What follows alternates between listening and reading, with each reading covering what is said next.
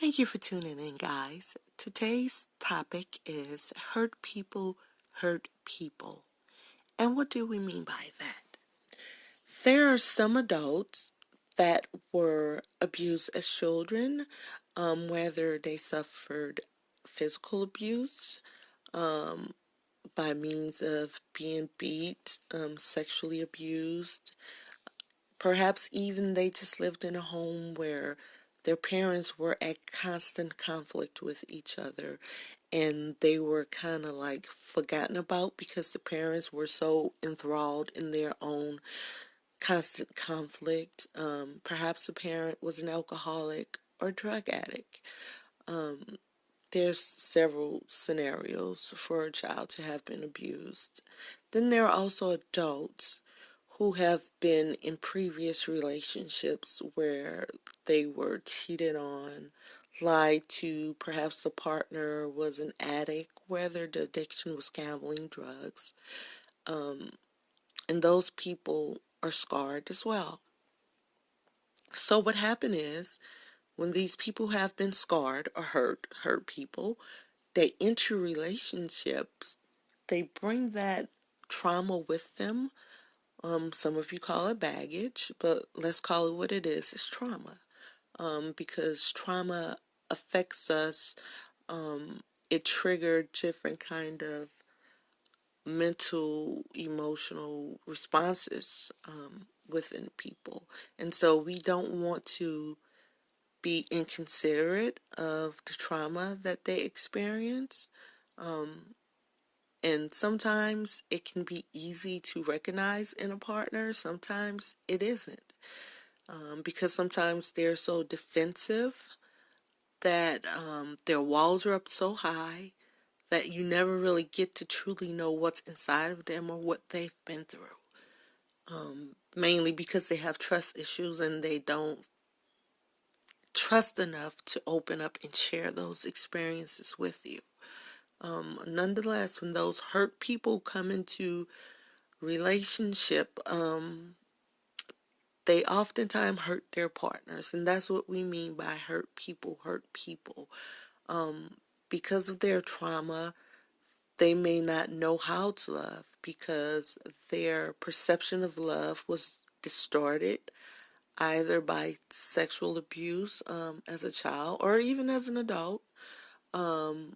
Perhaps, like I said earlier, growing up in a home where parents were constantly at conflict with each other, or maybe one of the parents were a habitual cheater, or maybe even a child just grew up in a single parent home where the parent didn't have enough time and energy to give the child because they had to work so much to be able to take care of the child.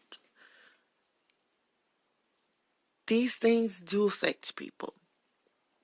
And while you should not be a victim to their life experiences, if you can learn to recognize it, perhaps you can help that person. Maybe help them get counseling. Maybe you guys can go to relationship counseling, whatever the situation may be. But you have to be very aware of the red flags. And some of the red flags could be that they appear to be selfish. Everything has to be their way. They're not willing to compromise and give into some of the things you would like to have occur within your relationship. Um, those type people most likely were in situations where they were overlooked, their feelings never mattered, and what somebody else wanted was always forced upon them.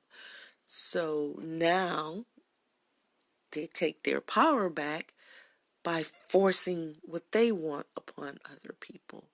And that could be very stressful for the person, that's in a relationship with them because everybody wants their feelings, their expectations, and needs to be met. There's also some hurt people who will become habitual liars.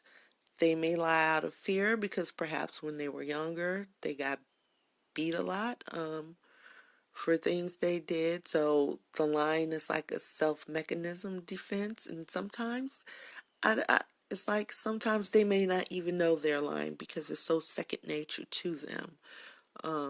And again, you don't have to fall victim to their problem. Because when people have problems, they should get them fixed and not inflicted upon other people. But perhaps you can be that source that recognize it and help them receive the psychiatric help that they'll need. Some other hurt people will cheat. They will have sex addiction. What are they looking for in the sex? I wouldn't say that it would be an emotional connection because the sex can be with maybe 100 women or men that they just randomly hook up with, and they could be with you and do these things, but their love and affection is still for you. So maybe the sex is to take out their aggression, anxiety, and fears out on. Perhaps that's a way for them to alleviate that. But again, you don't have to accept that. You are worth more than that, and no one should have to endure going through situations like these.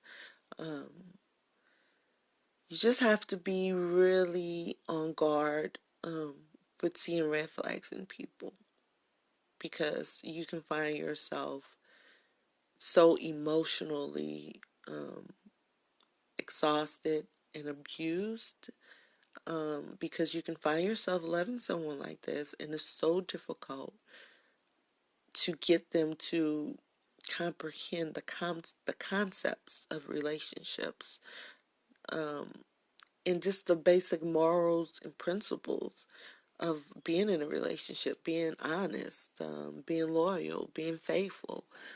They don't grasp those concepts because of their previous experiences, traumas, and you may feel like something is wrong with you. Why do they treat me this way? What am I doing wrong? And then you may start to feel like your feelings don't matter at all because it's always about them. And sometimes they can even make you feel crazy because they will lie so well to you that they can convince you that what you're feeling, your gut instinct, is wrong. Because, you're crazy. They'll even get upset and yell and scream when they know they're lying. And that does affect you. And I know a lot of people say that your self-esteem and self-confidence and happiness should not be wrapped up in other people. That is something that you have to do for yourself. And that's what I'm going to disagree with. Well, I'll say somewhat disagree with, because you do have to have those things within you because you fed it, you put it there, you focused on it, you did the things you needed to do to feel happy, to feel confident, whether it's doing your hair, taking a few classes, getting a degree, whatever boosts your self-confidence and self-esteem. However, if you are in a relationship, any type of relationship, I don't care if it's a friendship, girlfriend, boyfriend, husband, wife, parent, child, other people actions absolutely can affect your self-esteem, the way you feel about yourself. It can affect your feeling of being happy.